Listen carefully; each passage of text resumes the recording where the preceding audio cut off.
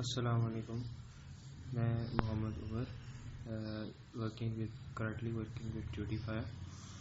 So giving introduction of myself, I am basically doing my graduation from NAST Islamabad S12.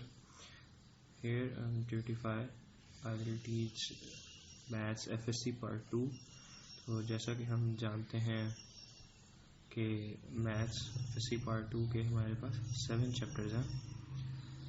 हम उस तरह से इसे कवर करेंगे कि हम हर चैप्टर को वीकली पार्ट्स में डिवाइड कर देंगे और हम उनको जल्द से जल्द यानी उन पार्ट्स को मुख्तसरन लाते हुए जाएंगे और इंशाल्लाह जल्द से जल्द कंप्लीट कर लेंगे। तो let's get starting with the chapter number 1, which is functional limits. So basically what function is a binary relation whose domain is equal to primary set and elements of domain are not repeated. यानी मतलब इसका है कोई भी binary relation basically कोई सी दो terms के दरमियान कोई भी रिलेशन हो सकता है जो कि एक सेट बनाता हो। तो फॉर एग्जांपल इसमें पहली एग्जांपल आप देख सकते हैं यहाँ कि सेट ए हमारे पास है 1 2 3 और सेट बी है ए और बी। अगर इस ए और बी को आपस में मैं मल्टीप्लाई करूं और इनके सबसेट्स बनाऊं तो वो मेरे पास बनेंगे 1a 1b 2a 2b 3a and 3b। तो उनमें से मैं कोई से भी दो उठा लूं और उसका एक रिलेशन बना लूं, बाइनरी रिलेशन जिसे हम कहते हैं। तो उसमें अब आप ये देख सकते हैं कि कंडीशन नंबर 1 ये थी कि वो बाइनरी रिलेशन फंक्शन होगा जिसकी जो डोमेन है वो पहले प्राइमरी सेट के इक्वल हो। प्राइमरी सेट हमारे पास सेट ए था, तो यानी हमारे पास इसकी डोमेन इस रिलेशन की इसके बराबर आनी चाहिए, इसलिए हमारे पास ये फंक्शन होगा। तो हम चेक कर लेते हैं, ये बाइनरी रिलेशन है। इस बाइनरी रिलेशन की डोमेन अगर हम निकालें, डोमेन हमारे पास एक्स वाली वैल्यूज़ होती हैं जो कि बिल्कुल पहली वैल्यूज़ होती हैं। तो इसमें डोमेन हमारे पास होगी 1 2 जो कि प्राइमरी सेट के इक्वल नहीं है। तो हम ये कहेंगे कि this relation is not a function. अब हमारे पास जो दूसरी है उसमें अब बाइनरी रिलेशन ही हमारे पास 4 है, 1a 1b 2a 3b, बीच में दो हमने स्किप कर दिए सिर्फ फॉर एग्जांपल एक एग्जांपल लेने के लिए। तो अगर हम इसकी डोमेन चेक करें तो उसमें 1 2 3 तो आता है डोमेन के अंदर, लेकिन इसकी सेकंड कंडीशन क्या थी कि हमारे पास रिपीट नहीं होना चाहिए, this should be non repeated values. तो इसलिए ये भी रिलेशन हमारे पास फंक्शन नहीं है। Then we took another example, तो उसमें हमारे 1a है 2b है 3b है। अब इसमें डोमेन हमारी उसके बराबर भी है प्राइमरी सेट के और नॉन रिपीटेड एलिमेंट्स जो हैं हमारे पास डोमेन में, तो we can say this relation is a function. अगर हम फंक्शन को बाय डेफिनेशन देखें तो basically a function is a rule और correspondence between two sets such that each element of the first set corresponds to the one and only one element of the second set. अगर वो एक से ज़्यादा दूसरे set के element को correspond करेगा तो वो रिपीटेड एलिमेंट्स बनाएगा, जो कि उसकी डोमेन रिपीटेड एलिमेंट होने की वजह से फंक्शन नहीं रहती, जैसे कि हमने पहले कंडीशंस में पढ़ा। Basically function is a processing machine जो कि इनपुट लेती है, उस पर वर्कआउट करती है और it gives an output in a form of anything. कोई भी इनपुट लेके कोई भी चीज़ उस पर प्रोसेस की जाए और प्रोसेस के बाद जो हमारे पास एक आउटपुट फाइनल रिजल्ट मिलता है वो आफ्टर फंक्शन अटेम्प्शन मिलता है। तो in mathematics we can say function could be multiplication और डिवीज़न और एडिशन, ये सारे फंक्शंस होते हैं जो कि किसी दो चीज़ों पे एक बाइनरी रिलेशन है ना, तो बाइनरी रिलेशन बेसिकली बाय मतलब दो चीज़ों पे एक्ट करता है।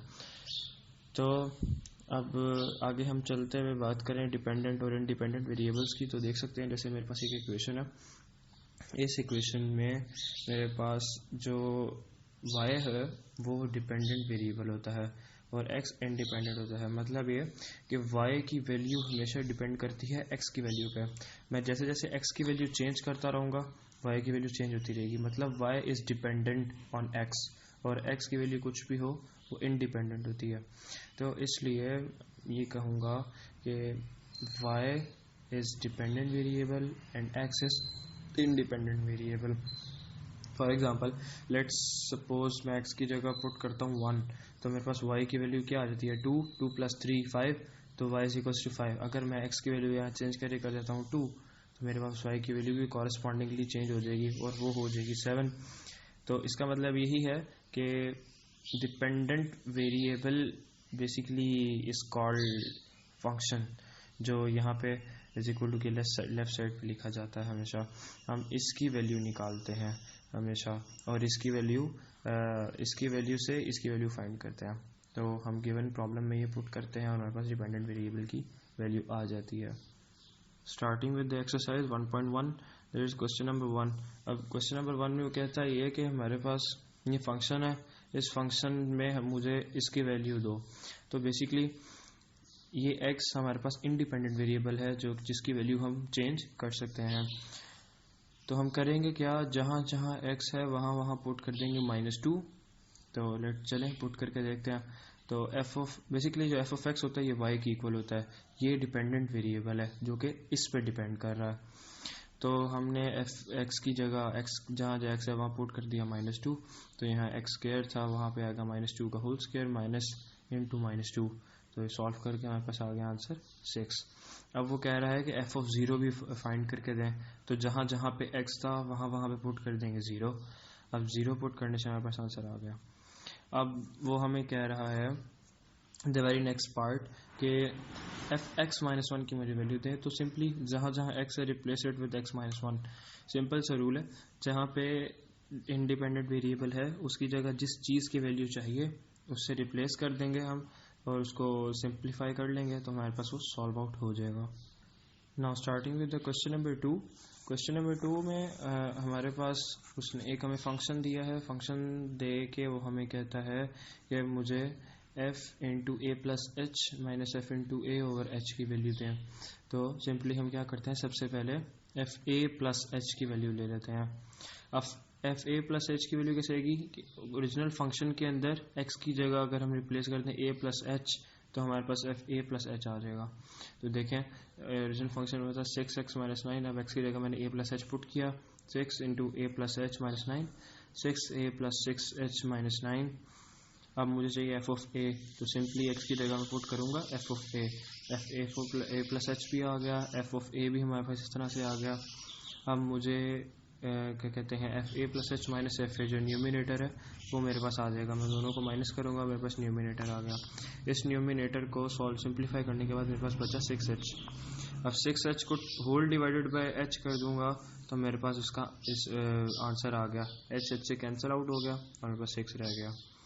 इसी तरह अगर हम इसका दूसरा पार्ट देखें, दूसरे पार्ट में उसने हमें फंक्शन दिया है f(x) is equal to sine x. अब साइन एक्स में जहाँ जहाँ x है, अब साइन के साथ एक ही x है हमें नज़र आ रहा है। अब इस x की जगह हम पुट कर देंगे सबसे पहले f a plus h, then f of a, then f of a plus h minus f of a. तो एक हमारे पास सिंप्लीफिकेशन के बाद ये आंसर आता है।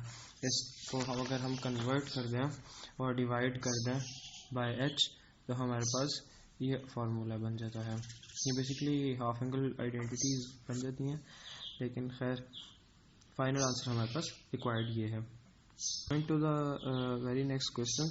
अब इसमें हमें वो कहता है express the parameters of square as a function of its area.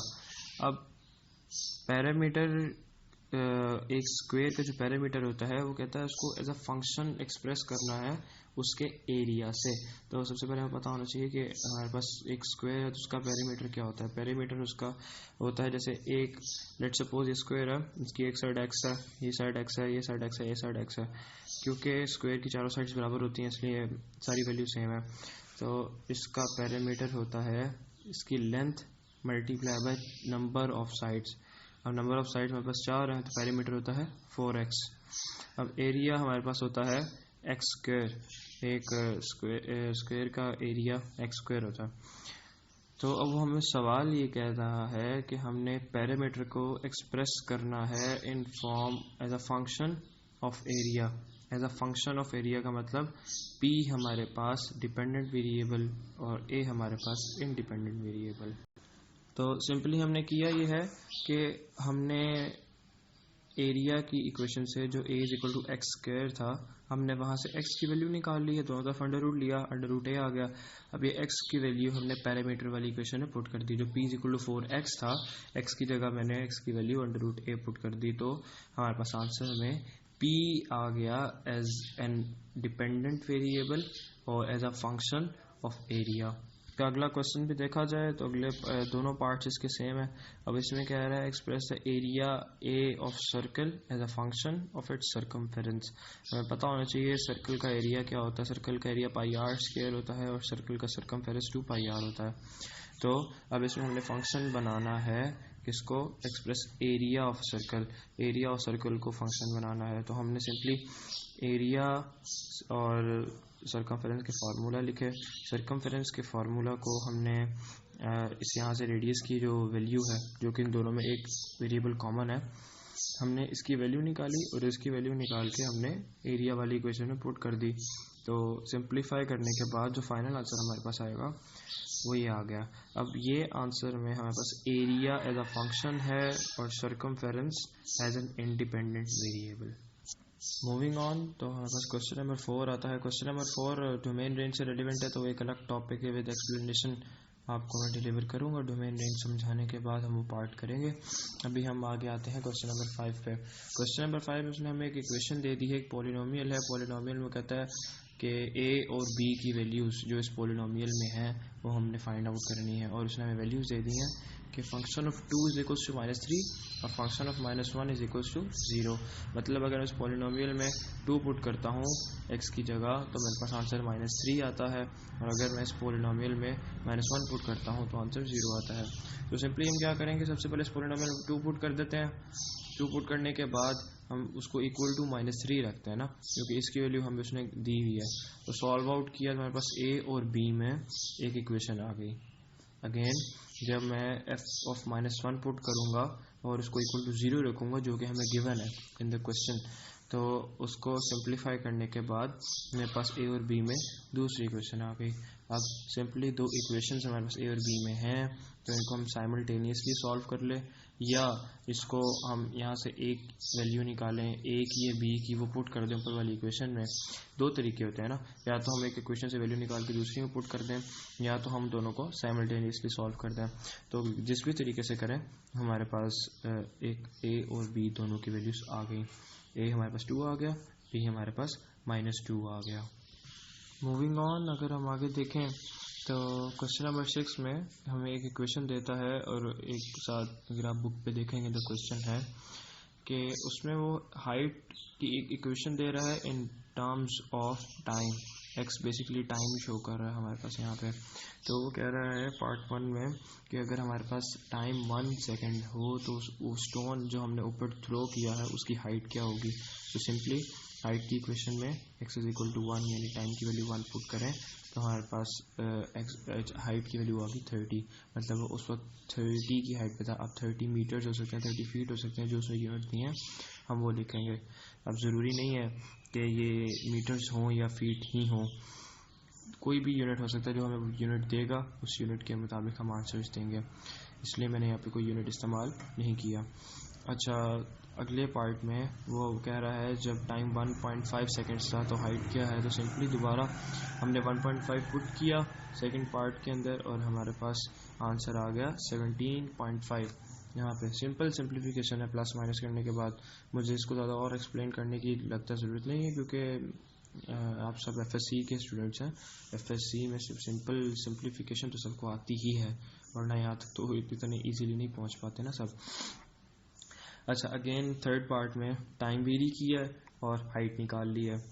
अच्छा, उसके सेकंड पार्ट के अंदर उसी क्वेश्चन में वो कहता है कि when does the stone strikes the ground. जो सिंपल सी बात है, जब हमारे पास जब स्टोन ज़मीन पे आ जाएगा वो तभी आएगा जब हमारे पास हाइट 0 हो जाएगी और हमने टाइम निकालना है। तो हम क्या करेंगे, उस इक्वेशन को इक्वल टू 0 कर देंगे, हाइट की जगह 0 पुट कर दी और एक्स की वैल्यू यहाँ से कैलकुलेट कर ली, तो एक्स आ गया 2, मतलब स्टोन ज़मीन पे आफ्टर 2 सेकेंड्स गिर गया था। Moving on, there are some forms of function. There are basically 3 forms of function. एक को कहते हैं एक्सप्लिसिट फॉर्म, एक को कहते हैं इम्प्लिसिट फॉर्म और एक को कहते हैं पैरामीट्रिक फॉर्म। जिस फॉर्म के अंदर पोलिनोमियल में इंडिपेंडेंट और डिपेंडेंट वेरिएबल सेपरेबल हों, मतलब दोनों को अलग अलग करके लिखा जा सकता हो, तो उसको कहते हैं एक्सप्लिसिट फॉर्म। ये बहुत इंपॉर्टेंट चीज़ है, ये तीनों एज एन MCQ भी आ जाते हैं। जिस चीज़ जो पोलिनोमियल जिसमें x और y एक साथ हों, जैसे ये है, इसको हम अलग अलग नहीं कर सकते। अगर इसको हम अलग अलग नहीं कर सकते तो इसको कहते हैं इम्प्लिसिट फॉर्म। और जिसके अंदर हम पैरामीट्रिक फॉर्म उसको कहते हैं जिसमें एक थर्ड वेरिएबल इंट्रोड्यूस करते हैं। जैसे कि यहाँ मेरे पास है, जैसे मैंने बताया, एक पैरामीट्रिक फॉर्म, एक x is equal to 2t+11 और दूसरी इक्वेशन में कहता हूँ मेरे पास है y is equals to 3t+4। तो अब x और y are both expressible in terms of a third variable which is t, इसलिए इसको कहते हैं मैंने एक और पैरामीटर बेसिकली इस्तेमाल किया दोनों के लिए, जो दोनों में कॉमन है, इसलिए इसको कहते हैं पैरामीट्रिक फॉर्म। मूविंग ऑन, हमारे पास क्वेश्चन नंबर 7 में हमें एक पैरामीट्रिक इक्वेशन देता है x is equals to at² plus y is equals to 2at, और वो कहता है कि represent it as an equation of parabola. Parabola एक कर्व होती है जिसकी इक्वेशन होती है y² is equals to 4ax। आप चैप्टर नंबर 6 में पढ़ेंगे। चैप्टर नंबर 6 में इन डिटेल स्टडी करेंगे आप पैराबोला, हाइपरबोलाज और एलिप्स को, सर्कल्स को भी। तो उस ये बेसिकली एक पैरामीट्रिक इक्वेशन है। हम क्या करेंगे कि इसमें से डिपेंडेंट और इंडिपेंडेंट वेरिएबल को अलग अलग कर देंगे यूजिंग पैरामीटर्स। तो using the common parameter t, हम इक्वेशन नंबर 1 और इक्वेशन नंबर 2 में से t की वैल्यू लेते हैं, या इक्वेशन नंबर 1 में से t की वैल्यू ले लें और 2 में पुट कर दें, जो मर्जी कर लें, एक ही आंसर आता है। तो अभी हमने यहाँ पे क्या किया है, क्वेश्चन नंबर 2 में से t की वैल्यू अलग की है, ये देखिए t is equals to y over 2a, और उसको हमने पुट कर दिया है इक्वेशन नंबर 1 में। तो वो हमारे पास बन गई x is equals to y² over 4a। इसको रीअरेंज किया तो हमारे पास बन गया y is equals to 4ax। Same as the part 2, इसमें हमें तो और पैरामीट्रिक इक्वेशन देता है और कहता है कि ये रिप्रेजेंट करती है इक्वेशन ऑफ एलिप्स को। तो हमने सिंपली क्या करना है, दोनों इक्वेशंस ली, दोनों में से कॉस थीटा और साइन थीटा की वैल्यूज अलग की, इसलिए क्योंकि थीटा इसमें पैरामीटर था। ये थीटा हमारे पास पैरामीटर है, ये थीटा पैरामीटर, ये फंक्शन मैटर नहीं करता। तो हमने अब इस थीटा को सॉल्व करने के लिए कुछ आइडेंटिटीज़ थी, अगर हमें आपको याद हो कि हमने पढ़ी है मैट्रिक के अंदर भी, फंडामेंटल आइडेंटिटी इस्तेमाल की। Cos square theta plus sine square theta is equals to 1। अब कॉस स्क्वायर थीटा की जगह मैंने वैल्यू पुट कर दी, साइन स्क्वायर थीटा की जगह वैल्यू पुट कर दी, इज इक्वल टू 1। इनके स्क्वायर्स ओपन किए तो मेरे पास एलिप्स की इक्वेशन आ गई, x² over a² plus y² over b² is equals to 1। Now there are some hyperbolic functions, hyperbolic identities जो कि आगे हम इस्तेमाल करेंगे। तो ये ऐसे ही आपने याद करनी है, बुक में फार्मूला गिवन है। हाइपरबॉलिक आइडेंटिटीज़ हैं, इन्वर्स हाइपरबॉलिक आइडेंटिटीज़ हैं, और इनके कुछ रिलेशनशिप्स हैं, ये हमने याद रखने हैं, क्योंकि आगे ये एग्जाम में पूछे जाते हैं। Sine hyperbolic x is equals to e power x minus e power minus x over 2, cos hyperbolic x is equals to e power x plus e power minus x over 2, tan hyperbolic x is equals to e power x minus e power minus x over e power x plus e power minus x। इसी तरह से cosecant, secant और cot hyperbolic x भी है। जैसे sign, cos और tangent को अगर हम रिवर्स कर दें, यानी डिनोमिनेटर को न्यूमिनेटर से चेंज कर दें, तो हमारे पास ये तीन आ जाते हैं। We all know that cosecant is the reciprocal of sin x, secant x is the reciprocal of cos x, और cot x is the reciprocal of tangent of x। Moving on, आगे हमारे पास जो इम्पोर्टेंट चीज़ आती है वो होती है even and odd functions. Even functions वो होते हैं जिनमें x की जगह इसका एडिटिव इन्वर्स यानी -x पुट करने के बाद भी इसके फाइनल आंसर पे कोई फ़र्क ना पड़े, वो हमारे पास होते हैं इवन फंक्शंस। जैसे कि इस फंक्शन में अगर मैं पुट करूँ -x और इसको सॉल्व आउट करूँ तो -x², तो बेसिकली वो x² ही होता है। स्क्वायर किसी भी नेगेटिव आइडेंटिटी का पॉजिटिव हो जाता है। तो हमें ये पता चला कि हमारे पास f(x) और f(-x) दोनों सेम है, तो हमारे पास ये इवन फंक्शन है। अगर ये हमारे पास सेम नहीं है तो हमारे पास वो ऑड फंक्शन होता है। देखें, जैसे मैंने आपको बताया, if f(-x) is equal to f(x), वो हमारे पास इवन फंक्शन कहलाता है। If f(x) is not equal to -f(x), तो ये हमारे पास ऑड फंक्शन होता है, मतलब वो इसके इक्वल नहीं होता लेकिन नेगेटिव साइन बाहर आ जाता है। मूविंग ऑन, अपनी एक्सरसाइज 1.1 कंप्लीट करते हुए उसका बस क्वेश्चन नंबर 9 कर रहे हैं। तो हमने क्या करना है, सिंपली गिवन फंक्शन के अंदर रिप्लेस करना है -x और चेक करना है whether is it an even function और एन ऑड फंक्शन। तो सिंपल है, अगर -x पुट करने के बाद अगर आंसर ओरिजिनल इक्वेशन के बराबर आ जाता है तो इवन फंक्शन होगा। अगर वो उसका एडिटिव इन्वर्स आ जाता है, मतलब माइनस कॉमन लेके वो हमारे पास f(x) बनता है, तो हमारे पास ऑड फंक्शन होगा। जैसे कि यहाँ पे है कि हमने -x पुट किया, -x³ -x माइनस कॉमन लिया तो x³ + x, जो कि ओरिजिनल f(x) है। तो f(-x) इक्वल्स टू -f(x), हमारे पास ऑड फंक्शन है। इसके बाकी पार्ट्स भी हैं। बाकी पार्ट, इसका पार्ट नंबर 5 है, ये भी ऐसे है, ये एक इवन फंक्शन है। पार्ट नंबर 6 है, ये हमारे पास सॉल्व मैंने किया है। After solving that part number 6 हमें पता चला कि ये भी ऑड फंक्शन है। तो हम यहाँ पे अपना लेक्चर का पार्ट ए यानी पहला पार्ट ख़त्म करते हैं। एक एक्सरसाइज यहाँ पे हमारी कंप्लीट होती है, जिस इसमें डोमेन रेंज वाला क्वेश्चन रहता है। वो after the proper explanation of the concept of domain range मैं आपको वो डिलीवर करूँगा। तो ख्याल रखें अपना, और होप सो के इस बीमारी के आलम में, इस कोरोना के आलम में आप सब ठीक होंगे। तो ध्यान से स्टडीज़ करें और इस क्वारंटाइन पीरियड को अच्छे से अच्छा इस्तेमाल करने की कोशिश करें। इंशाल्लाह दोबारा हाजिर होते हैं अगले लेक्चर पार्ट के साथ। Thank you so much. अल्लाह हाफ़िज़।